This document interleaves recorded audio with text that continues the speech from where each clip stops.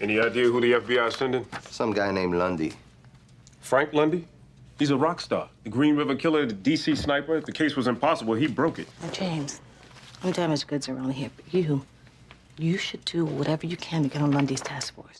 What if Frank Lundy, the calm and brilliant FBI agent, always knew Dexter's secret? Fans often point to Sergeant Dokes as the only one who saw through Dexter's mask, but what if the real detective who truly understood him was Lundy? Lundy was known as the master profiler with psychological acumen.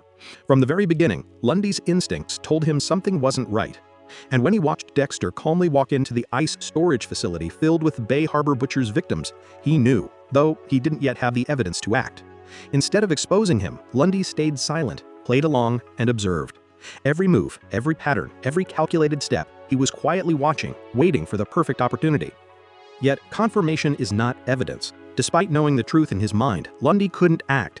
Confronting Dexter without proof would have tipped him off, possibly sending him into hiding, leaving the real monster free to operate elsewhere. Instead, Lundy chose silence. He observed, tracked, and waited. Every subtle gesture, every calculated move by Dexter became part of a pattern that Lundy quietly analyzed, fully aware that patience was the ultimate weapon. Today, we're diving deep into the theory that Lundy suspected Dexter all along, that he played a long game of patience and strategy, and that he may have been the only person who ever really understood the man behind the mask. First report from the field had these parts as coming from one body. Actually, it's two. Actually, it's two. Uh-oh. There's been speculation. Lundy versus Dokes. From the very start, it's clear that Frank Lundy and Sergeant Dokes could not have been more different in how they approached Dexter. Dokes was fiery, reactive, and often let his suspicions get the better of him. Every confrontation with Dexter felt like a storm, loud, accusatory, and emotionally raw.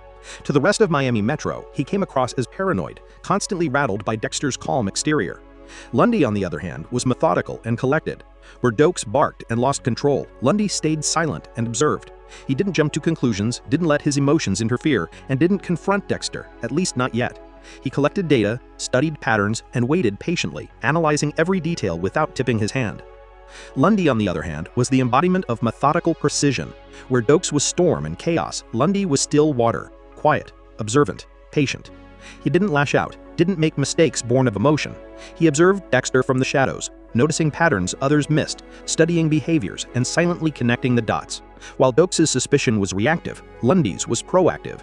If Dokes' loud, reactive approach made him easy to predict, Lundy's silent, calculated watch made him invisible and terrifying. No, thank you. And he pours it anyway. He's trying to throw me off balance, show that I don't have the power to say no to him. How about some sesame crackers to go with that? So I'll say yes to everything. I'd love some. Oh, sorry. Guess I ate them all. Asshole. This makes Lundy sort of a new and improved version of Dokes. He shared the same instinctual sense that something about Dexter was off, but unlike Dokes, he had the discipline to turn that instinct into a long game. If Dokes was the storm, Lundy was the still water, and that stillness was far more dangerous. For Dexter, this meant something chilling.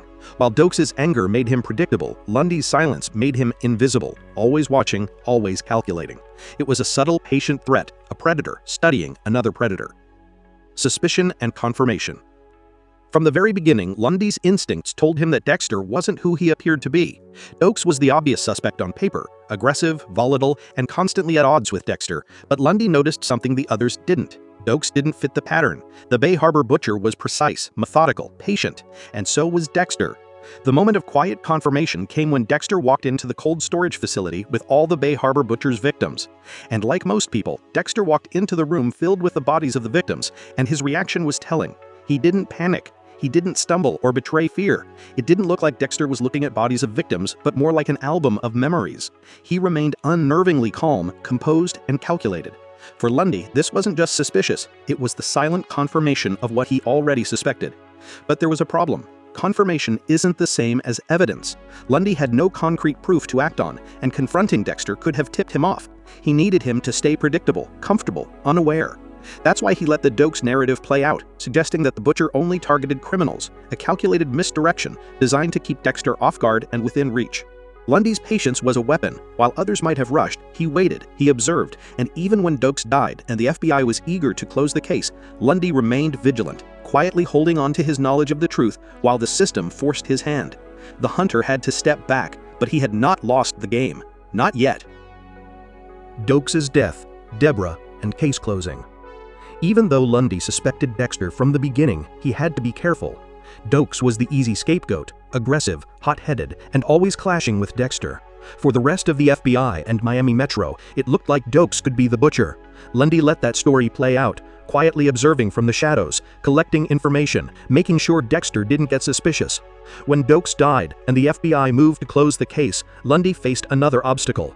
The department had invested too much time and resources. They were eager to wrap things up. Adding to the complexity was Deborah. Lundy had a connection to her, and he knew that exposing Dexter would hurt her in ways he couldn't justify. She was in the middle of everything: the investigation, her brother, her own moral compass, and Lundy cared enough to hesitate. His silence was as much about strategy as it was about protecting her from emotional pain. Even when LaGuardia later reached out, hoping to re-examine the Bay Harbor case, Lundy was ready to listen. Maybe this could be the last chance to act, the final crack in the story that could lead him to the truth. But even that effort went nowhere. There was no new evidence, no breakthrough. He was left helpless, forced to step back, leaving Dexter free to continue his life under the radar. It was a frustrating, tragic position for a hunter like Lundy. He knew the truth, understood Dexter's mind better than anyone, but the circumstances, Dokes' death, the pressure to close the case, and his care for Deborah left him powerless.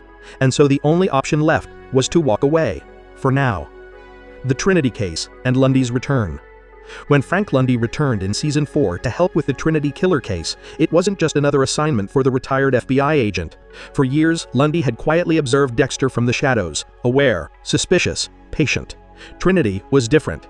He was reckless, indiscriminate, and violated the very moral code that Dexter lived by. Where Dexter only killed those who were guilty, Trinity killed innocent women and children, an evil so absolute that it demanded intervention. During the FBI's strategy sessions, as they reconstructed Trinity's patterns using dummies, Lundy revealed a rare personal insight.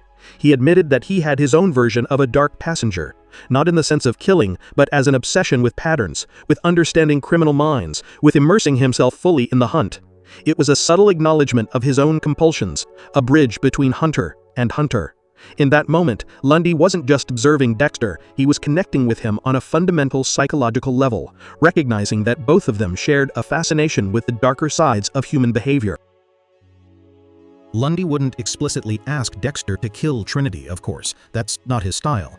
Instead, he subtly drew Dexter into the investigation. He asked leading questions, provided access to evidence, and kept Dexter close to the unfolding case, knowing full well Dexter's internal compulsions. He used Dexter's dark obsession as a tool, leveraging it for what he perceived as a greater good, sort of like fighting fire with fire. If anyone could take on the terrifying brilliance of the Trinity Killer, a man expertly portrayed by John Lithgow, who made him one of the most chilling villains in television history, killing innocent women and children, it would be Dexter. Lundy came to view Dexter's particular brand of vigilantism as a desperate yet effective countermeasure against monsters like Trinity. And yet, even here, Lundy's work was constrained by circumstance. He could only observe. The system, the timing, and his own caution prevented him from making a direct move. But in his mind, this was the closest he would come to fully understanding the man behind the mask. Lundy's patience, his strategy, and his ability to remain invisible had brought him to the perfect vantage point, one he had carefully set up over years of observation. This shared understanding fueled admiration. Lundy saw Dexter's precision, his discipline, and his code-driven morality, all in stark contrast to the chaos Trinity wrought. For the first time, Lundy openly acknowledged that Dexter was uniquely capable of stopping someone like Trinity. The respect was quiet, professional, and tinged with human emotion, partly influenced by his connection to Deborah, partly by his recognition of Dexter's skill and restraint. And in this observation, the subtle father-son dynamic emerges. Unlike Harry, who viewed Dexter as a burden, judged him, and left him haunted by guilt, Lundy's respect was empowering. Dexter, ever attuned to approval, responded to it instinctively. In the hunt against Trinity, they became an unspoken duo, a calculated alliance of necessity and understanding, not in authority or moral instruction, but in shared purpose, one observing, one acting, both aligned against a common monstrous threat. Finally, there's Trinity himself, brought to life by John Lithgow, terrifying even as a 60-year-old man. His indiscriminate killings make him a nightmare that demands intervention, and his eventual death at Dexter's hands is narratively and morally satisfying. For Lundy, this entire situation confirmed what he had long suspected. Dexter, despite his darkness, was a controlled force, a lesser evil whose precision and code made him uniquely suited to fight a monster like Trinity. Lundy as a sense of father figure. By the time Trinity's reign of terror reaches its climax, the contrast between Frank Lundy and Harry Morgan becomes strikingly clear. Harry, Dexter's father and mentor, was a source of rules, judgment, and expectation. He trained Dexter, yes, but his lessons were rigid and often steeped in criticism. Harry never fully admired Dexter. He saw him as a potential burden, a liability, even a possible reason for his own missteps. This left Dexter with a complicated mix of guilt, loneliness, and an insatiable need for validation. Every calculated move, every moral decision was, in part, shaped by a desire to earn approval he never truly received. Enter Lundy. Calm, observant, and analytical, he recognized Dexter not as a problem, but as a uniquely capable individual. When the Trinity case erupted, Lundy silently made a calculated moral compromise. By allowing Dexter to intervene, he chose the lesser evil to stop a far greater one. In doing so, he not only confirmed Dexter's capabilities, but also offered something Dexter had never fully experienced: respect, admiration, and trust. Unlike Harry's distant authority, Lundy's acknowledgement empowered Dexter, creating a subtle father-son dynamic built not on control, but on recognition of skill and shared understanding of darkness. This dynamic adds a profound layer to Dexter's psychology. Where Harry instilled guilt and obedience, Lundy inspired confidence and connection. Dexter thrives on this approval, executing his code with precision, knowing that someone who truly understands him, someone who has studied, observed, and admired him, believes he is capable of handling extreme threats like Trinity. In this way, Lundy becomes both mentor and partner, his silent observation transforming into a rare form of respect and emotional support. The moral grayness here cannot be overstated. Lundy knowingly allows a vigilante to kill, a decision that would be ethically indefensible under normal circumstances, because Dexter's moral code restricts him to only targeting the guilty. It is a calculated compromise, a pragmatic acceptance of a necessary evil. Trinity's indiscriminate killings justify this choice. In order to stop a greater harm, Lundy permits a controlled darkness to act. This complex web of morality, admiration, and necessity defines their relationship and elevates it beyond simple hero-villain dynamics. In conclusion, the subtle, unspoken alliance between Lundy and Dexter is one of the most psychologically fascinating threads in the series. Harry's rigid, judgmental presence created a void in Dexter's emotional world, one that Lundy quietly fills through observation, respect, and shared purpose. Dexter's thrill in earning Lundy's acknowledgement, coupled with the moral clarity of his code, transform them into an unlikely but effective duo, a father and son on a kill route, aligned against chaos, bonded through shared understanding of darkness. In this context, Lundy's admiration, Dexter's skill, and the strategic compromise of necessary evil converge to form a narrative rich in psychological tension, moral ambiguity, and satisfying closure. What do you think about the Lundy-Dexter dynamic? Could Dexter have ever had a true father figure in Lundy, or did Harry's shadow always loom too large? Drop your thoughts in the comments below.